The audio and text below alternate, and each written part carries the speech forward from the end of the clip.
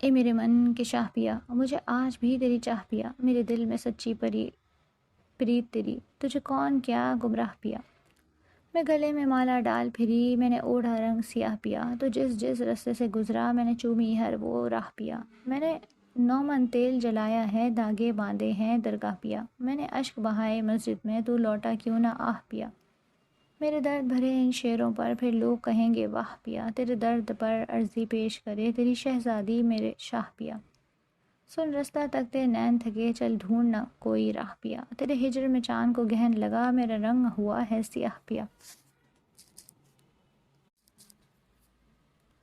اسے پہلی ہی نظر میں حمزہ شہباز بہت اچھا لگا تھا۔ اس کا عزت و توجہ سے بات کرنا، اس کا رکھ رکھاؤ، سب کچھ ماہی کے دل کو چھو گیا تھا۔ وہ من ہی من میں اسے چاہنے لگی تھی، پر اپنے اس کے درمیان طبقاتی فرق سے بھی بخوبی واقف تھی، اسی لیے بس خاموشی سے اپنی محبت اپنے دل کے اندر دبائے ہوئے تھی۔ پر کبھی کبھی ایسا بھی ہو جاتا ہے جو گمان میں نہیں ہوتا۔ حمزہ شہباز کا یوں اسے خط بھیجنا، ماہی کا چہرہ سوچ کر ہی سرخ پڑ گیا۔ رات گئے وہ سب کے سونے کا یقین کر کے اٹھی اور خاموشی سے اپنے بیگ سے وہ پرچہ نکال کر کمرے سے باہر آ کر چھت پر جانے والی سیڑھیوں پر بیٹھ گئی، جہاں ملگجی سے پیلی بلب کی روشنی پھیلی ہوئی تھی۔ ماہی کا دل بہت زور زور سے دھڑک رہا تھا۔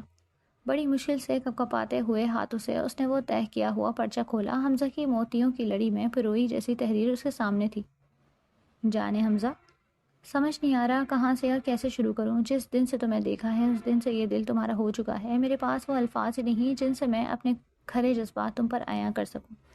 میں نہیں جانتا تم میرے لیے کیا سوچتی ہو، پر اب جاننا چاہتا ہوں، کیا میری یہ چاہت ایک طرفہ ہے یا تم بھی اس سفر میں شامل ہو؟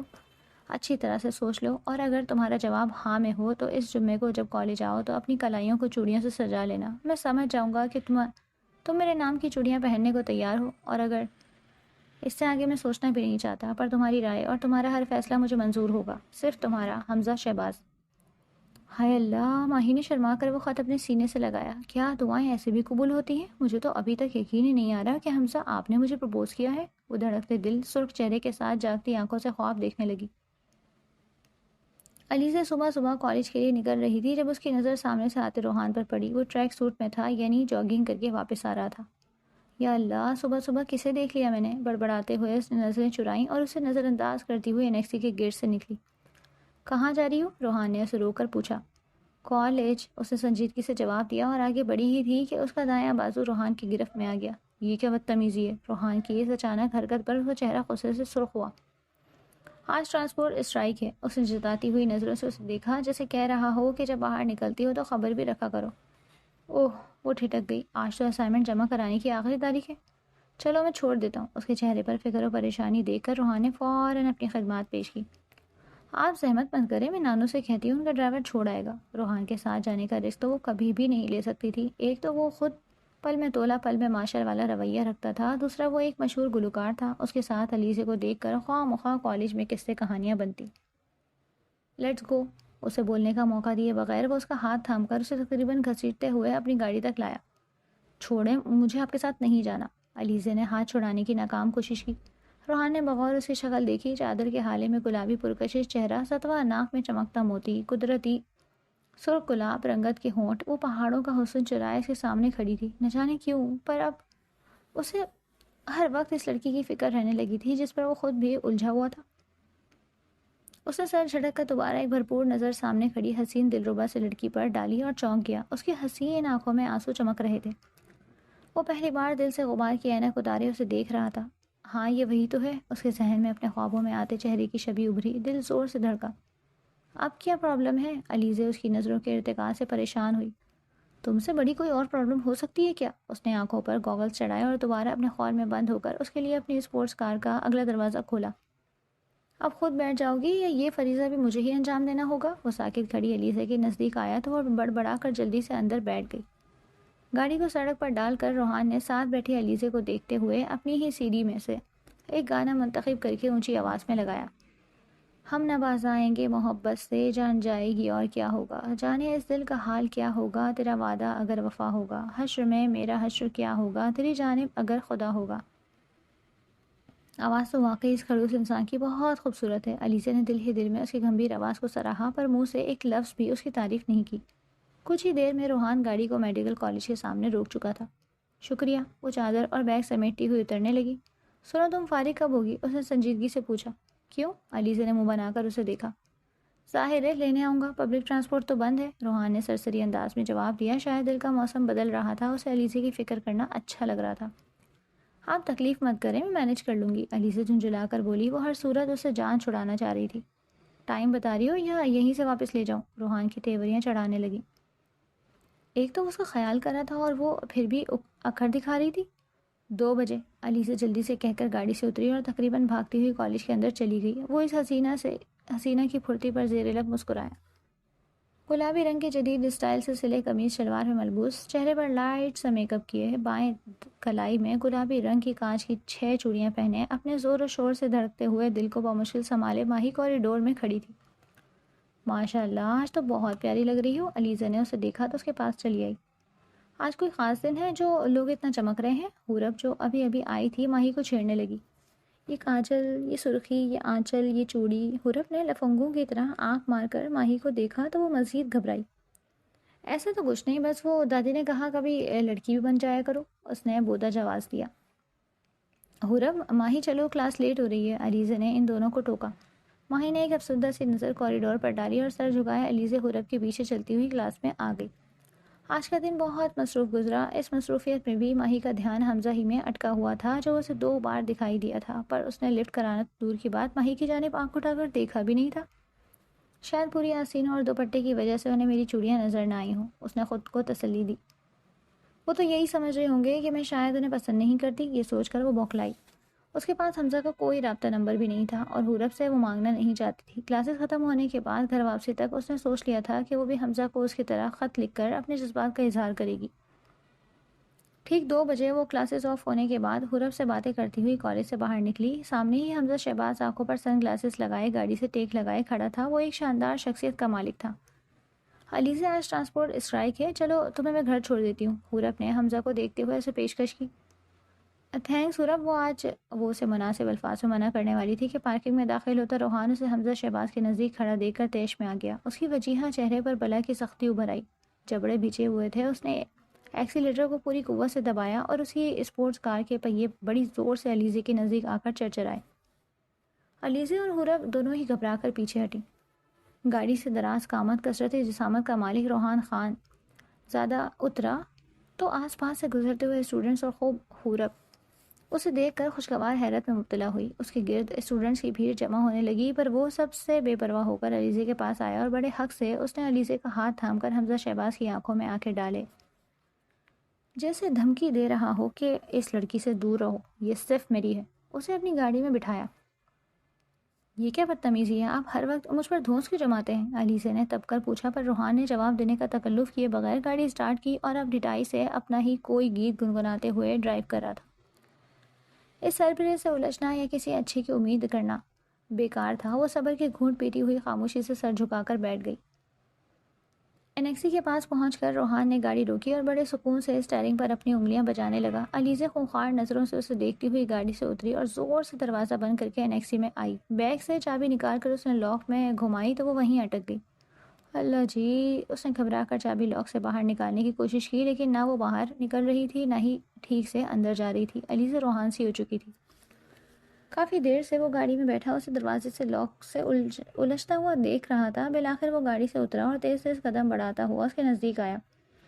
علیزہ کے پیچھے کھڑے ہو کر اسے پلٹنے کا موقع دیے بغیر اس نے ہاتھ بڑھا کر علیزہ کی چابی پر رکھے ہاتھ کو اپنی گرفت میں لیا کہ وہ پورے اس کے حصار میں آ گئی۔ ایک جھٹکے سے دروازہ کھل گیا۔ وہ علیزہ کو ایک طرف کرتا ہوا انیکسی کے اندر داخل ہوا اور سیدھا بیڈ روم میں جا کر جوتوں سمیت بیڈ پر گر گیا۔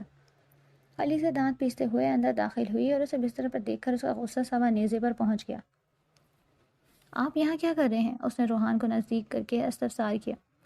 تھک گیا ہوں، آرام کر رہا ہوں، وہ ڈٹائی سے بولا۔ تو اپنے روم میں جا کر کریں، وہ بڑی مشکل سے خود کو کچھ الٹا سیدھا کہنے سے روک رہی تھی۔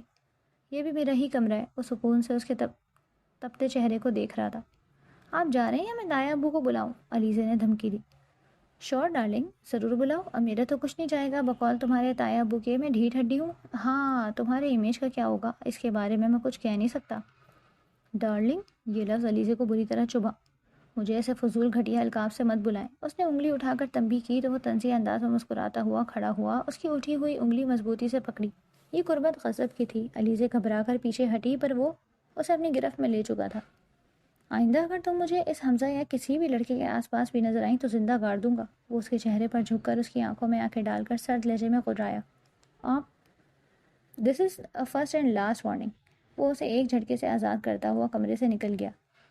سلام، آداب ڈیئر حمزہ جی۔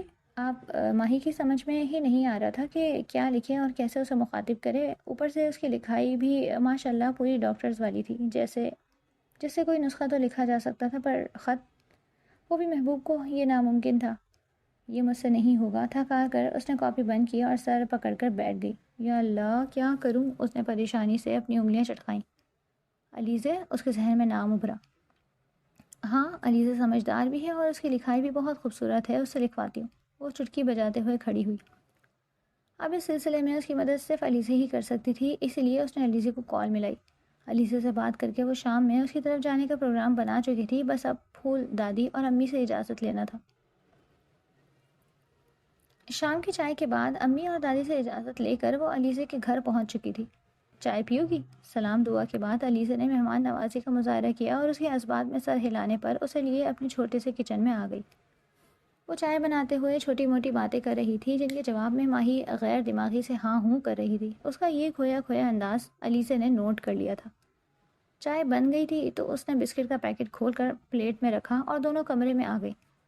کیا باتیں، پریشان ہو؟ ماہی کے بیٹھتے ہی اس نے چائے کا کپ ماہی کے سمت بڑھا کر اسے بغور دیکھتے ہوئے سوال کیا۔ علیزے؟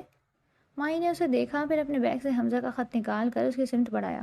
علیزے نے وہ تہہ کیا ہوا پرچہ لیا اور اسے کھول کر پڑھنے لگی۔ پڑھتے ہوئے اس کے چہرے پر ناگواری چھانے لگی۔ یہ کیا ہے؟ اس نے خط لہرا کر سوال کیا۔ یہ مجھے آج ڈاکٹر حمزہ نے دیا تھا، ماہی نے ہچکچاتے ہوئے جواب دیا۔ ڈاکٹر حمزہ؟ کون ڈاکٹر حمزہ؟ حورب کے بھائی؟ علیزے نے سوال کیا تو ماہی نے اس بات میں سر ہلایا۔ اوہ، تو تمہاری آج کی ساری تیاری، وہ چوڑیاں، وہ سب؟ علیزے بولتے بولتے رکی اور شرمندہ سی سر جھکائے بیٹھی ماہی کو دیکھا۔ کیا تم بھی انہیں پسند کرتی ہو؟ اس کی بات کے جواب میں ماہی نے سر ہلایا۔ ماہی، یہ سب ٹھیک نہیں ہے، ہم کالج پڑھنے جاتے ہیں، یوں ان چکروں میں پڑھ کر اپنے ماں باپ کے اس اعتماد اور بھروسے کو ٹھیس نہیں پہنچا سکتے جو انہوں نے ہم پر کر کے ہمیں پڑھنے بھیجا ہے، اس نے رسان سے سمجھایا۔ میں سب سمجھتی ہوں پر میرا دل میرے بس میں نہیں ہے، پلیز میری مدد کرو۔ ماہی کی بات سن کر علیزے بدک گئی۔ میں اس سلسلے میں تمہاری کوئی مدد نہیں کر سکتی، تم انہیں صاف صاف کہو کہ اگر سیریس ہے تو رشتہ بھیج دیں۔ میں کیسے کہوں؟ ماہی الجھی۔ علیزے، کیا تم میرے لیے ایک لیٹر لکھ سکتی ہو پلیز؟ دیکھو، میں کچھ غلط نہیں کروں گی اور نہ ہی وقار پر کوئی آنچ آنے دوں گی۔ ماہی نے اس کے ہاتھ تھام کر منت کی۔ میں کیوں لکھوں؟ انہوں نے تمہیں پرپوز کیا ہے، یا اللہ جانے کیا کیا ہے، تمہیں خود لکھنا چاہیے۔ علیزے نے صاف انکار کیا۔ علیزے، میری پیاری بہن، میری رائٹنگ تو میں خود نہیں پڑھ سکتی، تو حمزہ جی کیسے سمجھیں گے؟ پلیز بس ایک بار میری مدد کر دو، پھر قسم سے اس معاملے میں کچھ نہیں کہوں گی، اس نے منت سماجت کی۔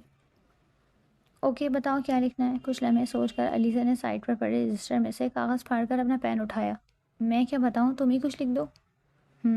ماہی کو دیکھتے ہوئے وہ پین دانتوں میں دبائے سوچنے لگی۔ آداب، اگر آپ میرے لیے سیریس ہیں تو اپنے والدین کو میرے گھر بھیج دیں، جو میرے والدین کی رضا ہوگی وہی میری رضا ہوگی۔ 2 جملے لکھ کر اس نے پرچہ ماہی کو دیا، جسے پڑھ کر اس نے اس بات میں سر ہلایا۔ اب یہ ڈاکٹر حمزہ تک کیسے پہنچاؤ گی؟ علیزے نے سوال کیا۔ میں خود تو نہیں دے سکتی علیزے، پلیز کیا تم یہ انہیں دے سکتی ہو؟ خدا کا خوف کرو ماہی، میں تو ویسے بھی ان باتوں کے خلاف ہوں، سوری، یہ مجھ سے نہیں ہوگا۔ علیزے نے صاف انکار کیا۔ پھر کیا کروں؟ ماہی پریشان ہوئی۔ تم حورب سے اس کے گھر کا ایڈریس لو اور یہ خط ڈاکٹر حمزہ کے نام رجسٹری کروا کر بھیج دو، علیزے نے سنجیدگی سے مشورہ دیا۔ یہ بیسٹ رہے گا۔ ماہی نے مسکراتے ہوئے اپنا سیل فون اٹھایا۔ علیزے، وہ روحان سی ہوئی۔ اب کیا ہوا؟ میرا بیلنس ختم ہو گیا ہے، کیا میں تمہارے فون سے حورب کو کال کر لوں؟ اس نے امید بھری نظروں سے اسے دیکھا تو علیزے نے ایک گہری سانس بھرتے ہوئے اپنا سیل فون اسے دے دیا۔ تم حورب سے بات کرو، میں وضو کر کے آتی ہوں، نماز کا وقت نکلا جا رہا ہے۔ علیزے وضو کرنے واش روم چلی گئی۔ ماہی نے علیزے کا فون تو لیا تھا پر یوں فون کرنا اسے مناسب نہیں لگ رہا تھا۔ اس نے کچھ لمحے سوچ کر میسج ان باکس کھولا۔ حورب، مجھے تمہارا پوسٹل ایڈریس چاہیے۔ اس نے میسج لکھ کر حورب کو سینڈ کر دیا۔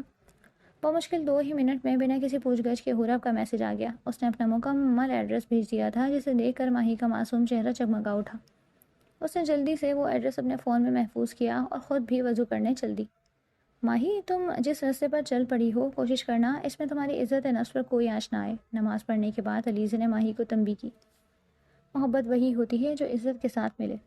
ڈونٹ وری علیزے، میں اس بات کا خیال رکھوں گی، ماہی نے اسے یقین دلایا۔ تھوڑی دیر مزید وقت گزار کے ماہی رخصت ہو گئی۔ علیزے کے گھر سے واپسی پر اس نے فیڈیکس کی برانچ سے وہ خط رجسٹرڈ پوسٹ کر دیا۔ شہر کے اس مشہور 5 اسٹار ہوٹل میں بڑے پیمانے پر سلیمان صاحب اور شاہانہ بیگم کی شادی کی 30ویں سالگرہ منائی جا رہی تھی۔ اس سرپرائز پارٹی کا اہتمام روحان نے طاہرہ خانم کے ساتھ مل کر کیا تھا۔ اگرچہ وہ اکھڑ مزاج اور کھڑوس تھا، پر اسے اپنے ماں باپ سے محبت تھی۔ یہ اور بات تھی کہ اسے محبت جتانا نہیں آتی تھی۔ سرپرائز پارٹی کا آئیڈیا طاہرہ خانم کا تھا، جو ان باپ بیٹے کے درمیان سرد موری ختم کرانا چاہتی تھی۔ حال مہمانوں سے بھرا ہوا تھا۔ شہر کی ساری چیدہ شخصیات اور معزرین کو مدعو کیا گیا تھا۔ گول میزوں پر دائرے میں مہمان بیٹھے مشروبات سے لطف اندوز ہو رہے تھے۔ شاہانہ بیگم اور سلیمان صاحب دونوں ہی اس سرپرائز سے بہت خوش تھے۔ علیزے کو طاہرہ خانم اپنے ساتھ خود لائی تھی۔ اس کا لباس بھی انہوں نے ایک مشہور ڈیزائنر سے پارٹی کے اسٹینڈرڈ کے حساب سے بنوا لیا تھا۔ شاہانہ بیگم خوشی سے چمکتے چہرے کے ساتھ سب مہمانوں سے مل رہی تھی جب ان کی نظر ہال کے داخلی دروازے سے طاہرہ خانم کے ساتھ اندر داخل ہوتی علیزے پر پڑی۔ ان کا موڈ یک لگ خراب ہوا۔ نانو، آپ نے اصرار کر کے مجھے اتنا تیار کروا دیا، مجھے عجیب سا لگ رہا ہے۔ بھاری کلیوں والی شیفون کی فراک میں ملبوس نکسک سے تیار علیزے نے شکوہ کیا۔ کوئی اتنا تیار نہیں کرایا، ذرا یہاں موجود لڑکیوں کو دیکھو، تم تو پھر بھی بہت مشرقی سی، بہت سادہ سی ہو۔ انہوں نے اسے گھرکا، جو پہلے تو یہاں آنے کے لیے تیار نہیں تھی اور اب گھبرا رہی تھی۔ وہ اس کا ہاتھ مضبوطی سے تھامے سب سے ملتی ملاتی آگے بڑھ رہی تھی۔ علیزے نے خود پر گڑی شاہانہ بیگم کی نفرت آمیز نگاہوں کو محسوس کر لیا تھا اور وہ مزید گھبرا گئی۔ نانو کی ضد پر وہ ادھر آ تو گئی تھی، پر وہ اچھی طرح سے جانتی تھی کہ اس کا یہاں آنا کسی کو پسند نہیں آئے گا۔ نانو، آپ بھی مہمانوں کی طرح آئی ہیں، بھلا اپنی ہی پارٹی میں اتنی دیر کون کرتا ہے؟ وہ نہ جانے اچانک کہاں سے نکل کر سامنے آ کر کھڑا ہو گیا۔ بات وہ طاہرہ خانم سے کر رہا تھا، پر اس کی پرشوق نگاہیں علیزے پر جمی ہوئی تھی۔ سادہ سا فریش گلابی چہرہ، جس پر آرائش کے نام پر صرف مسکارا اور گلابی لپسٹک لگائی ہوئی تھی۔ لمبے بالوں کا جوڑا بنایا ہوا تھا جس سے اس کی دودھیاں نازک گردن اور نمایاں ہو رہی تھی۔ گلابی گھیر والی فراک پاجامہ پہنے، سلیقے سے باریک جارجٹ کا دوپٹہ اوڑھے وہ اس کی حواسوں پر چھا رہی تھی۔ روحان کی نگاہیں بھٹک بھٹک کر اس پری چہرے لڑکی کا طواف کر رہی تھی۔ طاہرہ خانم اس کی نگاہوں کے مرکز اور علیزے کی گریز سے ہرگز انجان نہیں تھی۔ چلو بچوں، بہت دیر سے مہمان ویٹ کر رہے ہیں، کیک کاٹو پھر کھانا شروع کرواتے ہیں۔ وہ دونوں کو ساتھ لیے آگے بڑھ گئیں۔ سلیمان صاحب علیزے کو دیکھ کر بہت خوش ہوئے تھے۔ شاہانہ بیگم نے بھی ان کی وجہ سے نہ چاہتے ہوئے بھی علیزے کو گلے لگایا۔ کیک کٹ چکا تھا۔ ہال میں دھیمی دھیمی موسیقی بج رہی تھی۔ سب مہمان خوش گپیاں کرتے ہوئے کھانے میں مصروف تھے۔ روحان بھی اپنی پرستار لڑکیوں کے ساتھ سیلفی بنا رہا تھا کہ اس کی نظر علیزے پر پڑی اور اس کی آنکھوں میں ناگواری ابھری۔ علیزے کی فراک پیچھے سے اچھی خاصی چر گئی تھی، جس کا شاید اسے بھی علم نہیں تھا، اور اس کی نازک سی دودھیا کمر نمایاں ہو رہی تھی۔ ایکسکیوز می، وہ ان لڑکیوں سے معذرت کرتا ہوا وہاں سے ہٹا اور سیدھا علیزے کے پاس آ کر اس کی شانوں پر اپنا بازو پھیلا کر اسے یوں اپنے حصار میں لیا کہ اس کی کمر چھپ گئی۔ یہ کیا کر رہے ہیں آپ؟ علیزہ اس کی اس حرکت اور قربت سے حواس باختہ ہوئی۔ میرے ساتھ چلو، اس نے گھمبیر آواز میں سرگوشی کی اور اسے اپنے حصار میں لیے ایک رف سے ہو کر باہر نکلنے لگا۔ سب اپنے آپ میں مگن تھے، مگر انیتا اور شاہانہ بیگم کی نگاہوں سے یہ منظر ہرگز اوجھل نہ رہ سکا۔ ان دونوں کی شرارہ اگلتی نگاہیں علیزے کے سفید پڑتے چہرے پر جمی ہوئی تھی۔ شاہانہ بیگم، جو انیتا اور چند دوسرے مہمان خواتین کے ساتھ کھڑی تھی، آنکھوں میں حسد و جلن علیزے کے حسین چہرے، دلربا نازک سراپے اور اس کو اپنے مضبوط حصار میں لیے شہزادوں کی سی وجاہت رکھنے والے اپنے لاڈلے بیٹے کا باریک بینی سے جائزہ لے رہی تھی۔ یہ اتنی حسین ہے، اور مرد تو ہمیشہ سے حسن و شباب کے دیوانے رہے ہیں، کہیں میرا روحان بھی اس خوبصورت بلا کا اسیر نہ ہو جائے۔ ان کا ذہن منفی سوچوں کی آماجگاہ بنا ہوا تھا۔ وہ روحان کی گرفت میں کسمسا رہی تھی۔ چھوڑے مجھے، اس نے خود کو اس سے الگ کرنے کی کوشش کی۔ ہائے روحان، ہیلو۔ آس پاس سے گزرتے مہمان، لڑکے لڑکیاں معنی خیز نگاہوں سے اس کی باہوں کے حصار میں چلتی ہوئی اس حسین دوشیزہ کو دیکھ کر ہیلو ہائے کر رہے تھے، جس پر وہ مزید شرمندہ ہو رہی تھی۔ ہوٹل کی لابی کے ایک قدرے سنسان سے کونے پر پہنچتے ہی علیزہ نے ایک بار پھر روحان کو دھکا دے کر خود کو چھڑانے کی ناکام کوشش کی۔ چھوڑے مجھے، کچھ شرم آیا ہے آپ کے پاس؟ یہ بار بار مجھے پکڑنے کا مطلب کیا ہے؟ یہ حرکتیں کسی اور لڑکی کے ساتھ؟ اس کی بات ادھوری رہ گئی تھی۔ روحان نے علیزہ کو سرخ نگاہوں سے گھورتے ہوئے لابی میں چاروں طرف لگے قد آدم آئینوں کی طرف دھکا دیا۔ وہ لڑکھڑا کر گرتے گرتے بچی، اور جیسے ہی سیدھی ہوئی اس کی نظر آئینے پر پڑی۔ آئینے میں نظر آتی اپنی برہنہ کمر دیکھ کر وہ شرم سے زمین میں گڑ گئی۔ اس نے جلدی سے خود کو دوپٹے سے ڈھانپنا چاہا، مگر چارجر کا باریک دوپٹہ اس کا پردہ رکھنے کے لیے کافی نہیں تھا۔ وہ سونے پہ سہاگا روحان کو دیکھ کر کچھ لڑکے ادھر ہی آ رہے تھے۔ روحان اپنی پینٹ کی جیبوں میں ہاتھ ڈالے چہرے پر تنزیہ مسکراہٹ سجائے بڑے سکون سے اسے دیکھ رہا تھا۔ غلطی انہیں کی ہے، مجھے گھسیٹ کر لانے کے بجائے بتا نہیں سکتے تھے؟ یا اللہ، اب میں کیا کروں؟ وہ بڑھتے ہوئے لڑکوں کو دیکھ کر گھبرائی اور ملتجی نگاہوں سے روحان کو دیکھا۔ وہ اس وقت وہی اس کی مدد کر سکتا تھا۔ سنیں، اس نے خود پہ جبر کر کے اسے مغرور شخص کو پکارا۔ جی، آپ نے مجھ سے کچھ کہا؟ روحان نے آئی برو جھکا کر پوچھا۔ پلیز، وہ روحان سے ہوئی۔ پلیز کیا؟ وہ 2 قدم آگے آیا۔ وہ میری شرٹ، علیزہ نے اپنے آنسو صاف کیے۔ ہاں، تمہاری شرٹ پھٹی ہوئی ہے اور یقین مانو بہت اچھی لگ رہی ہے۔ لوگ تو گھٹنوں سے پھٹی جینز پہنتے ہیں، تم تو شرٹ پھاڑ کر ان کے فیشن کو بھی مات دے دی۔ واو، اس نے تالی بجائی۔ کیا آپ، علیزہ کی سمجھ میں نہیں آ رہا تھا کہ اس سے کن الفاظ سے مدد مانگے۔ کیا آپ مجھے اسی طرح، میرا مطلب ہے، حیا کے باعث وہ بات پوری نہ کر سکی، اس کی ہتھیلیاں پسینے سے بھیگ گئی۔ تم آرام سے یہاں کھڑی سوچتی رہو، میں چلتا ہوں، پارٹی میں سب میرا ویٹ کر رہے ہوں گے۔ وہ اسے یوں ہی سر جھکائے کھڑا دے کر واپس جانے کے لیے مڑا۔ کیا آپ مجھے اسی طرح باہر نانو کی گاڑی تک چھوڑ دیں گے؟ اب وہ کیسے کہتی کہ مجھے اپنے حصار میں چھپا کر باہر گاڑی تک چھوڑاؤ؟ اسی طرح؟ یہ اسی طرح کیا ہوتا ہے؟ روحان نے حیرت کے سارے ریکارڈ توڑتے ہوئے معصومیت سے پوچھا۔ سامنے کھڑی لڑکی نے اسے ہمیشہ غلط سمجھا تھا، ہمیشہ اس کے کردار پر انگلی اٹھائی تھی۔ آج اسے زج کرنے کا موقع ملا تھا تو وہ اسے ضائع نہیں کر سکتا تھا۔ سنو لڑکی، وہ اس کی آنکھوں میں پانی بھرتا دیکھ کر بولا، یہ پہیلیاں بوجھنا مجھے نہیں آتا، صاف صاف کہو کیا مدد چاہیے؟ کیا آپ میرے کندھے پر ہاتھ رکھ کر، وہ جملہ ادھورا چھوڑ کر رونے لگی۔ کیا بات کر رہی ہو بی بی؟ استغفر اللہ، میں اور تم جیسی پاک باز لڑکی کو ٹچ کروں؟ توبہ توبہ۔ پلیز، وہ گڑ گڑائی۔ سوری، میں تم جیسی لڑکی کا ہاتھ پکڑنا بھی گناہ سمجھتا ہوں۔ وہ صاف انکار کر کے اسے وہیں اکیلا چھوڑ گیا۔ ایک لمحے کو علیزے کی نظروں کے سامنے سے اس کی ساری منمانیاں گزری۔ اس نے سر جھٹکا اور اپنا دوپٹہ اچھی طرح اپنے گرد لپیٹا۔ وہ سر جھکا کر تیزی سے لڑکوں کے درمیان سے گزر جانا چاہتی تھی جو کافی قریب آ چکے تھے۔ ابھی وہ 2 قدم بھی نہیں چلی تھی کہ کسی نے ایک جھٹکے سے اسے اپنی طرف کھینچا اور اس کی گرد اپنے بازو کا حصار قائم کر کے اسے اپنے وجود میں چھپا لیا۔ اس نے گھبرا کر دیکھا۔ آپ؟ روحان کو دیکھ کر اس کے وجود میں سکون کی لہر دوڑ گئی۔ آخر تم لڑکیاں سے فضول کپڑے پہنتی کیوں ہو؟ وہ اسے ڈانٹتا ڈپٹتا اپنی گاڑی تک لے آیا اور اس بات سے بے خبر تھا کہ کچھ من چلے ان دونوں کی تصویریں کھینچ چکے تھے۔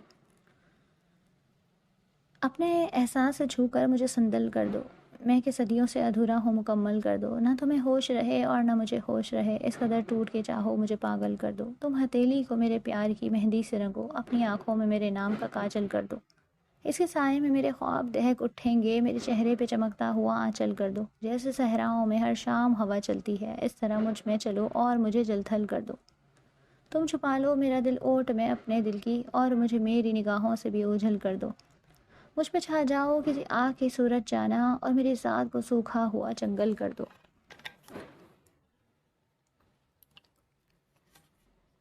حمزہ شہباز اسٹڈی ٹیبل پر لیمپ کی روشنی میں سر جھکائے اس کاغذ پر نظر جمائے بیٹھا تھا جس پر موتیوں کی سی لکھائی میں مختصر تحریر درج تھی۔ آداب، اگر آپ میرے لیے سیریس ہیں تو اپنے والدین کو میرے گھر بھیج دیں، جو میرے والدین کی رضا ہوگی وہی میری رضا ہوگی۔ تم سیریس کا پوچھتی ہو؟ میں تو مرمٹا ہوں تم پر جانا۔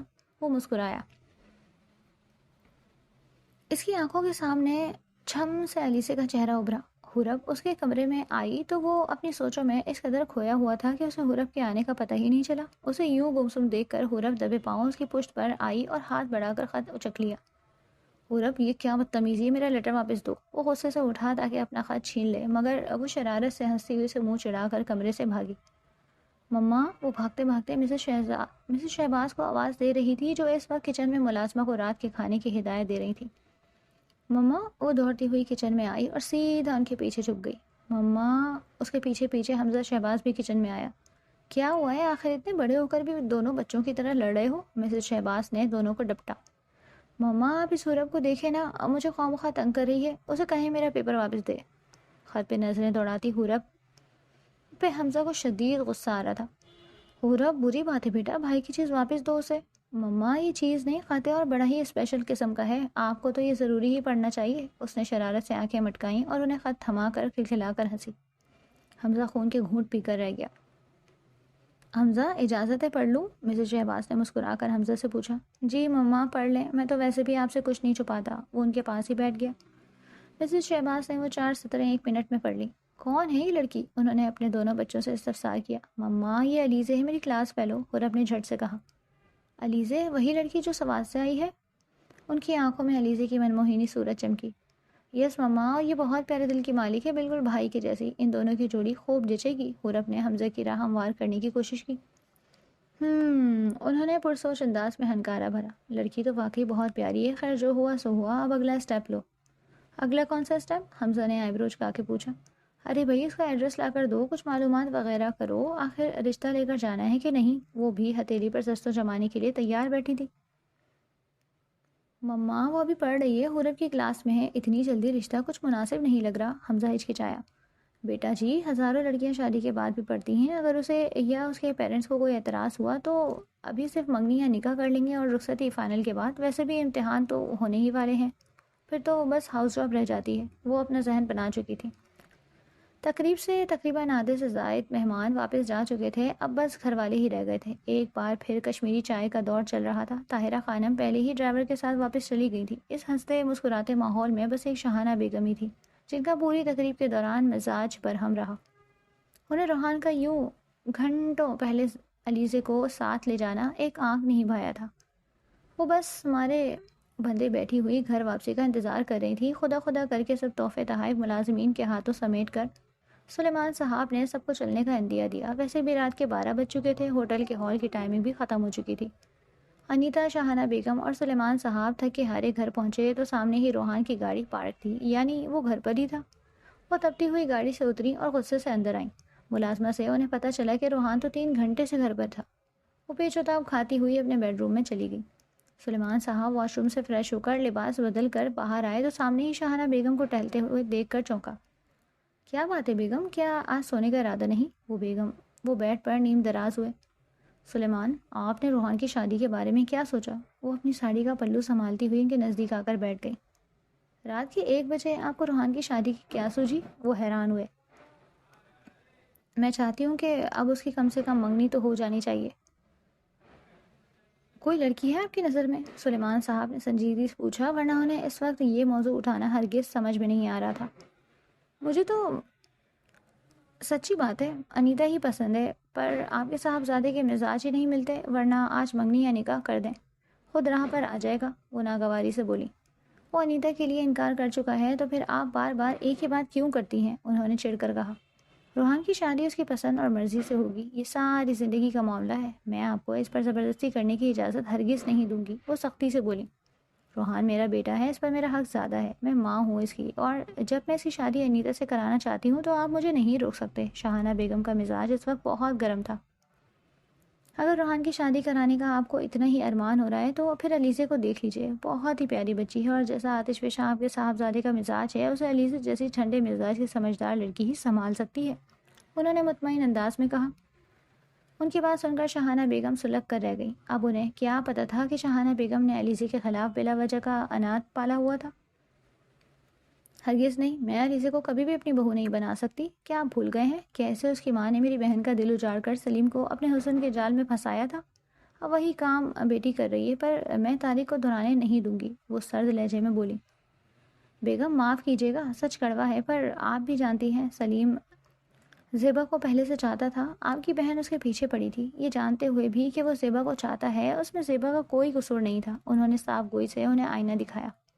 آپ بس، اب مزید کوئی بات نہیں، رات بہت ہو چکی ہے، میں صرف آرام کرنا چاہتا ہوں۔ انہوں نے ہاتھ اٹھا کر انہیں مزید بات کرنے سے روکا۔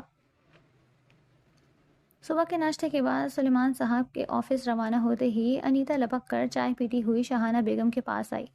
آنی، رات آپ نے دیکھا وہ چڑیل کس طرح روحان کو لے گئی؟ بھلا بتائیں، کوئی یوں کسی لڑکی کی خاطر اپنے ہی گھر کی تقریب ادھوری چھوڑ کر جاتا ہے؟ انیتا نے آگ لگائی کہ رات علیزے کو روحان کے حصار میں جاتے دیکھ کر جلن تو اسے بھی ہوئی تھی۔ اماں بابا اپنے سر کی بلا ہمارے سر پر ڈال گئے ہیں، بھگتنا تو ہمیں ہی پڑ رہا ہے، اب جب تک اس مصیبت کی پڑھائی ختم نہیں ہو جاتی اسے جھیلنا ہی پڑے گا، وہ بیزاری سے بولی۔ مجھے نہیں لگتا کہ آپ کو علیزہ نامی بلا کی پڑھائی مکمل کرنے کا انتظار کرنا چاہیے، ویسے بھی بات بڑھتی جا رہی ہے، ایسا نہ ہو کہ آپ بعد میں سر پکڑ کر روئیں۔ واہ، وہ آنکھیں مٹکائے ہوئے بولی۔ تم کہنا کیا چاہتی ہو؟ شاہانہ بیگم چائے کا خالی کپ میز پر رکھ کر اس کی طرف پوری طرح سے متوجہ ہوئیں۔ اب میں کیا کہوں؟ انیتا نے کندھے اچکائے۔ آپ خود سمجھدار ہیں، میں کچھ کہوں گی تو آپ انکل اور روحان یہ سمجھیں گے کہ انیتا آگ لگا رہی ہے، وہ مصنوعی معصومیت سے بولی۔ فضول بکواس مت کرو، کوئی کچھ نہیں کہتا، تم کھل کر بات کرو، شاہانہ بیگم نے اسے گھورا۔ آنی آپ ایک کام کریں، سوات فون کر کے اس کے پیرنٹس کو سب سچ سچ بتا دیں کہ ان کی با پردہ صاحبزادی یہاں کون سی پڑھائی کر رہی ہیں، وہ چلاکی سے بولی۔ میں ایسا کر تو دوں، پر تمہارے انکل وہ تو قیامت برپا کر دیں گے۔ خواہ مخواہ اس گنوار پینڈو لڑکی کی وجہ سے میرا گھر بھی اس عمر میں خراب ہوگا۔ وہ بھلا کب اپنے بھائی بھاوج کے خلاف کو سنتے ہیں، انہوں نے کلس کر کہا۔ وہی تو میں آپ کو سمجھانا چاہ رہی ہوں۔ دیکھیں آنی، ایک بات تو کنفرم ہے کہ علیزہ جیسی چھوٹے گاؤں دیہات کی لڑکیاں بہت تیز اور چلاک ہوتی ہیں، معصومیت کا بہانہ کر کے اچھے لڑکوں کو اپنے حسن و معصومیت کے جال میں پھنسا لیتی ہیں۔ وہ بڑی چلاکی سے ان کی برین واشنگ کر رہی تھی۔ بات تو تم ٹھیک کہہ رہی ہو، پر انہوں نے پرسوچ انداز میں سر ہلایا۔ آپ کی سب سے بڑی غلطی اسے اس گھر میں رکھنا تھا۔ اگر اب آپ اس وقت اسے رکھنے سے صاف انکار کر دیتی تو آج یہ سب نہ ہوتا، انیتا نے سنجیدگی سے کہا۔ اسے میں نے اس گھر میں نہیں رکھا، یہ فیصلہ تمہارے انکل کا تھا، تو آپ کو انہیں روکنا چاہیے تھا۔ انیتا نے انہیں دیکھا۔ تمہارے انکل نے آج تک میری سنی ہے جو یہ بات مان لیتے؟ تم خود بتاؤ تمہارے انکل کب میری سنتے ہیں؟ وہ تب گئی۔ بس تو دعا کریں کہ کہیں وہ پینڈو روحان کی بیوی بن کر ساری زندگی کے لیے آپ کے سینے پر مونگ نہ ڈلے۔ انیتا نے کندھے اچکائے۔ ایسا کبھی نہیں ہوگا، مجھے چاہے کچھ بھی کرنا پڑے، پر میں اس لڑکی کو روحان کی زندگی میں کسی بھی قیمت پر شامل نہیں ہونے دوں گی۔ آپ کیا کر سکتی ہیں بتائیں؟ انیتا نے سوالیہ نظروں سے انہیں دیکھا۔ وہ سوچ میں پڑ گئی تھی۔ میں آج ہی کسی رشتے والی سے بات کر کے اس منحوس لڑکی کا جلد از جلد رشتہ طے کروانے کا کہتی ہوں، تاکہ جلد ہی اسے اپنے روحان کی زندگی سے دفع کر دوں، انہوں نے پرسوچ انداز میں کہا، اور انیتا دل ہی دل میں علیزے کا کانٹا ہمیشہ کے لیے راستے سے نکلنے کا سوچ کر خوش ہونے لگی۔